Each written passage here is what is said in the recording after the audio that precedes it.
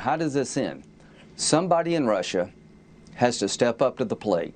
Is there Brutus in Russia? Is there a more successful Colonel Stauffenberg in the Russian military? The only way this ends, my friend, is for somebody in Russia to take this guy out. You would be doing your country a great service and the world a great service. All right, guys. So in a rare moment of bipartisanship, we literally have everybody, right, from both parties ripping Lindsey Graham for some extremely reckless comments that he made, in which he basically called for the assassination of Vladimir Putin. Okay, that's what this guy did. Okay, in no uncertain terms, by the way. Okay, this isn't like we're extrapolating, implying. No, he just flat out called for the assassination of a world leader.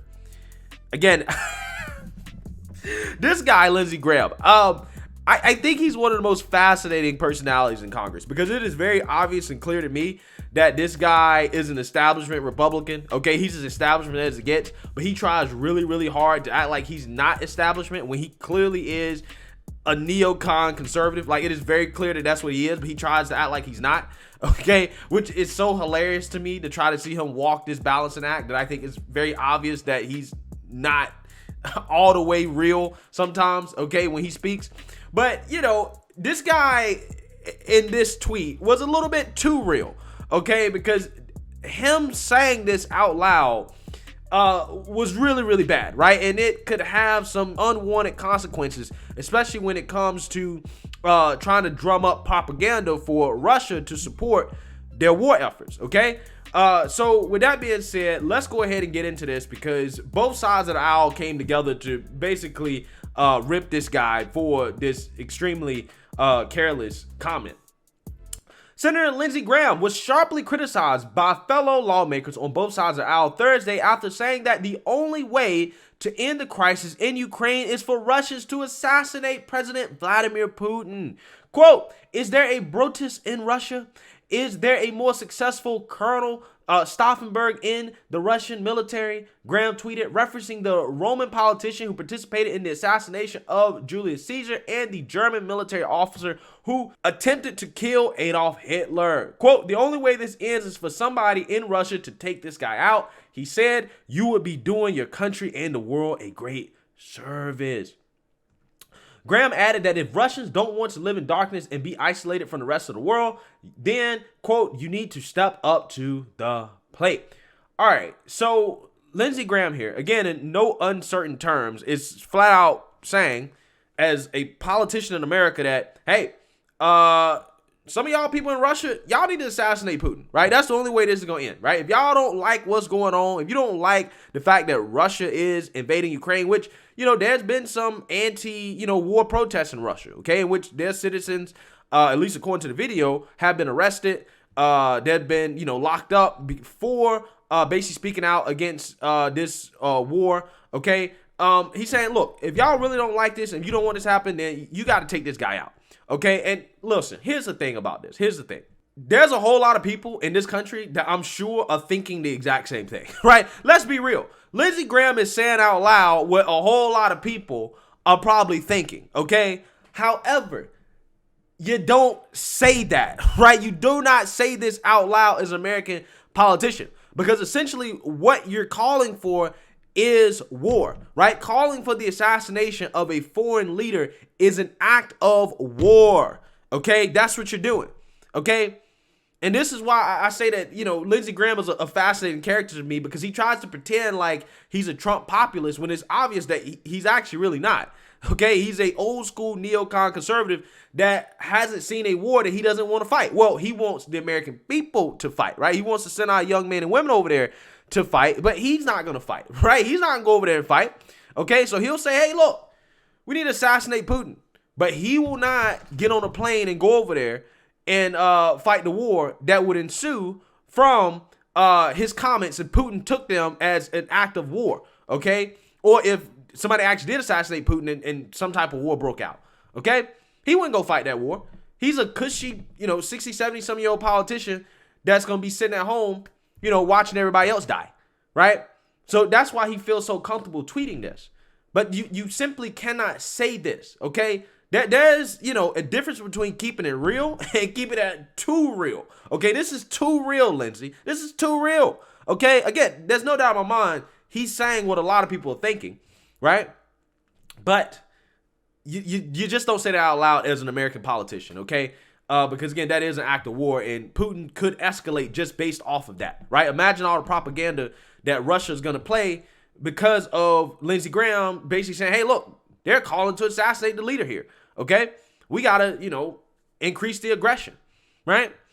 And, also what he's saying here, low key as well, too, is that, this might not end well for Ukraine, okay? Because, listen, it's slowly happening, but Russia's low key, slowly but surely kind of taking over, right?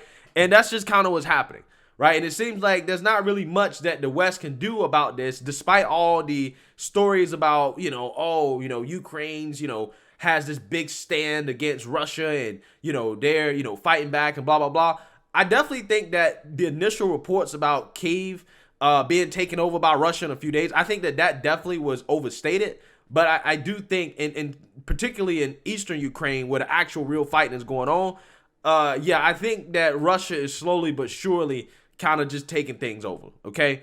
And at this point, I think that the politicians know where this is headed, right? They know where this is headed, and this is the only reason that a politician would come out here and tweet something like this, to say that the only way that this is going to stop is for somebody to take this guy out. You don't tweet this because of the fact that this literally is basically an act of war. That's what he's doing, okay? And rightfully so, politicians from both sides of the aisle call this guy out. Other members of Congress swiftly criticized Graham's tweets as reckless, including members of his own party. Senator Ted Cruz said, this is an exceptionally bad idea. Sanctions and boycotts of Russian oil and gas are solutions, along with military aid for the Ukrainians, Cruz said. But we should not be calling for the assassination of heads of state, he added. Again, I want y'all to keep in mind, it's not like the U.S. doesn't, is opposed to doing stuff like that. It's not like they're opposed to doing it. It's just that you can't say it out loud, okay? You can't say it out loud, right? Representative Marjorie Taylor Greene called Graham's remarks dangerous and unhinged.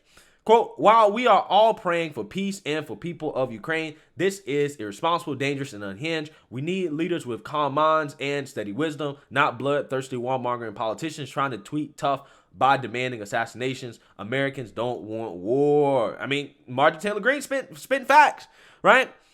Lindsey Graham is not going to go fight that war, right? He don't have to worry about being sent overseas, okay, for those comments. Representative Ilhan Omar said calls for Putin's assassination from U.S. politicians, quote, aren't helpful. I really wish our members of Congress would cool it and regulate their remarks as the administration works to avoid World War III, Omar tweeted, as the world pays attention to how the U.S. and its leaders are responding. So again, when you have Ilhan Omar and Marjorie Taylor Greene agreeing on something, you know you effed up, right? You know you effed up.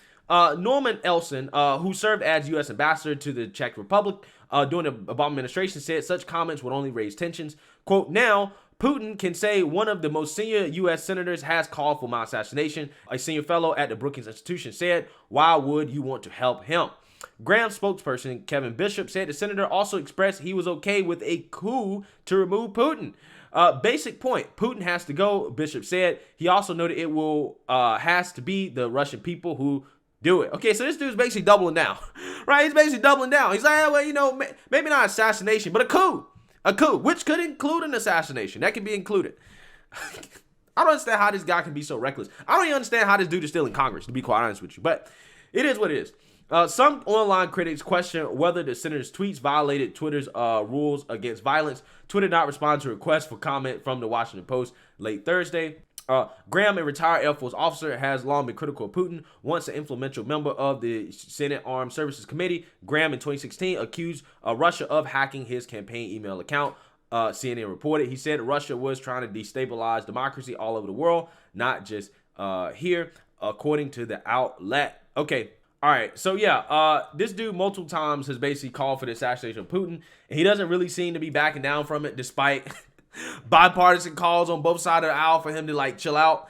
But I don't think that we should be doing this, right? I don't think that this was necessarily the right move from Lindsey Graham to say this out loud, even though a lot of people in America and around the world are probably thinking that. You don't say this out loud, okay? It's extremely reckless for him to do that, and these politicians are calling him out, rightfully so. So let me know what you guys think. Make sure you like, comment, and subscribe. Most importantly, share a Black conservative perspective. Peace.